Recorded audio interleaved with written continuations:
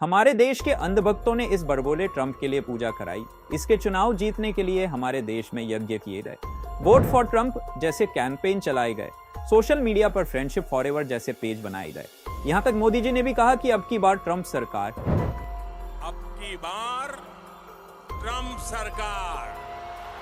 और क्या नतीजा निकला इस सब का। ट्रंप रोज इंडिया को इंसल्ट करता है, कभी बोलता है एक दिन पाकिस्तान इंडिया को तेल बेचेगा, तो कभी 25% का टैरिफ लगा देता है, तो कभी इंडिया की इकोनॉमी को डेड इकोनॉमी बोलता है। अब क्या हुआ उन कसीदों का जो पढ़े गए थे मोदी और ट्रंप की दोस्ती के, और बोला जाता था vote for Donald Trump, make world great again.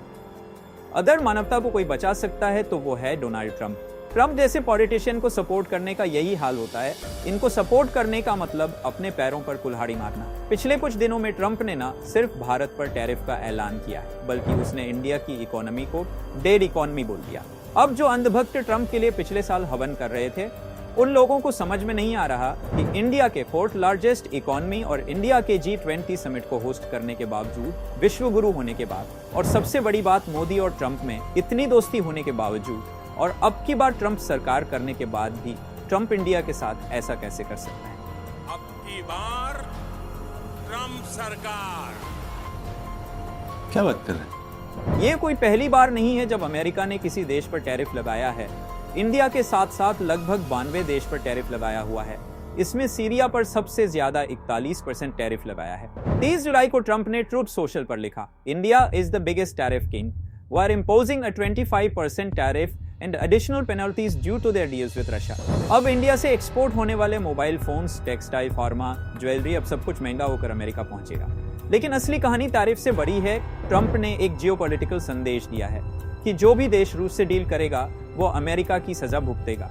वैसे तो ट्रंप के इस बदले हुए रूप की वजह से देश में बहुत गहमा गहमी मच चुकी है, राजनीतिक बयानबाजी चल रही है। जैसे ही ट्रंप ने भारत की इकोनॉमी को डेड बताया, यानी मरी हुई, रुकी हुई, दम तोड़ती अर्थव्यवस्था, इसके बाद राहुल गांधी ने ट्रंप के इस बयान को हाथों हाथ लिया। राहुल ने बयान दिया, ट्रंप ने जो बोला वो इंडिया की सच्चाई है। यूथ बेरोजगार हैं, MSME मर रहे हैं। Trump is saying Indian economy is a dead economy. Yes, he is right.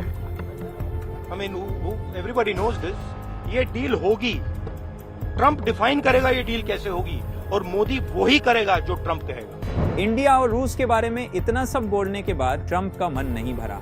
उसके बाद राष्ट्रपति ट्रंप ने रूस के पूर्व राष्ट्रपति दिमित्री मेदवेदेव को सीधे टारगेट करते हुए लिखा कि रूस और अमेरिका के बीच लगभग कोई व्यापार नहीं है, इसे ऐसा ही रहने दो, और रूस के नाकाम पूर्व राष्ट्रपति मेदवेदेव से कहो, जो सोचते हैं कि वह अब भी राष्ट्रपति हैं, कि अपनी जुबान पर लगाम दे, वो बहुत खतरनाक इलाके में घुस रही हैं। अब दुनिया के सबसे शक्तिशाली देश के राष्ट्रपति रूस के इतने बड़े नेता को सीधी चेतावनी दे रहे थे, तो जाहिर है जवाब तो आना ही था। और रूस से जो जवाब आया उसने माहौल को और भी सीरियस कर दिया।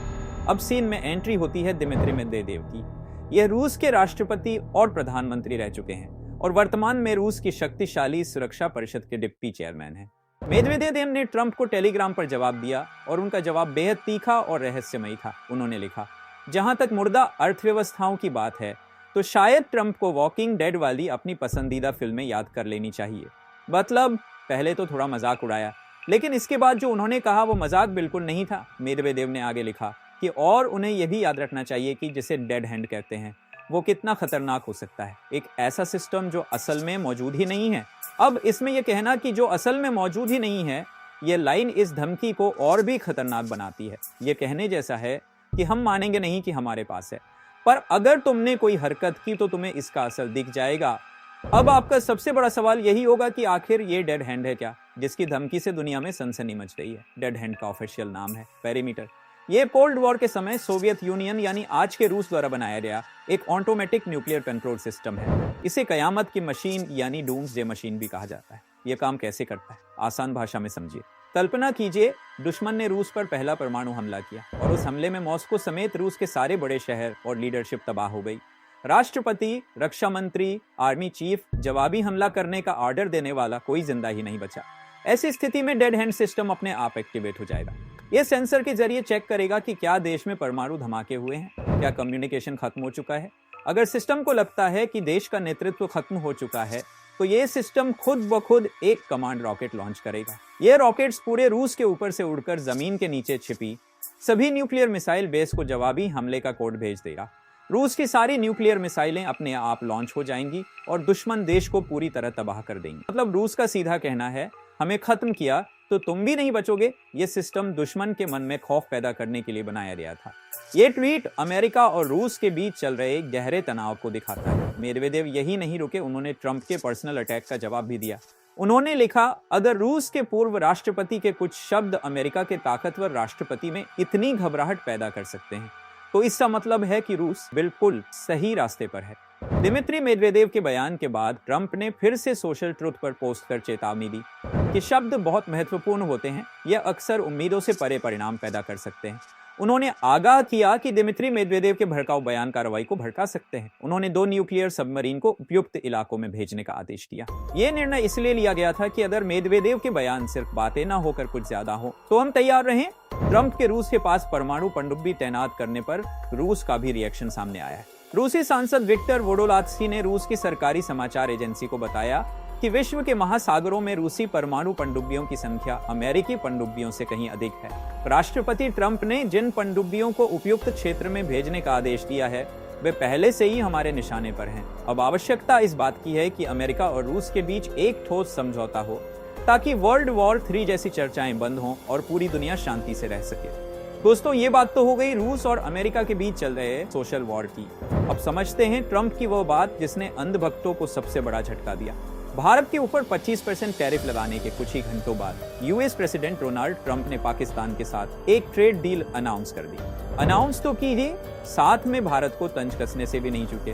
ट्रंप ने पाकिस्तान के साथ एक ऑयल ट्रेड डील पूरी कर ली है। इस डील में दोनों देश मिलकर पाकिस्तान के अंदर बड़े पैमाने पर मौजूद तेल भंडारों को डेवलप करने का काम करेंगे। ये ट्रेड डील भारत का नाम लिए बगैर भी अनाउंस की जा सकती थी, मगर ट्रंप हैं, उनसे कॉमन एक्सपेक्टेशंस नहीं रखी जा सकती।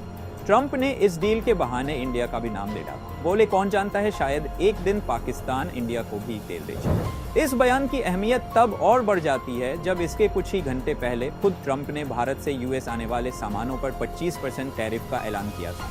बल्कि सिर्फ टैरिफ ही नहीं, इसके साथ साथ भारत पर अन्य पेनल्टी भी लगाने की घोषणा की थी।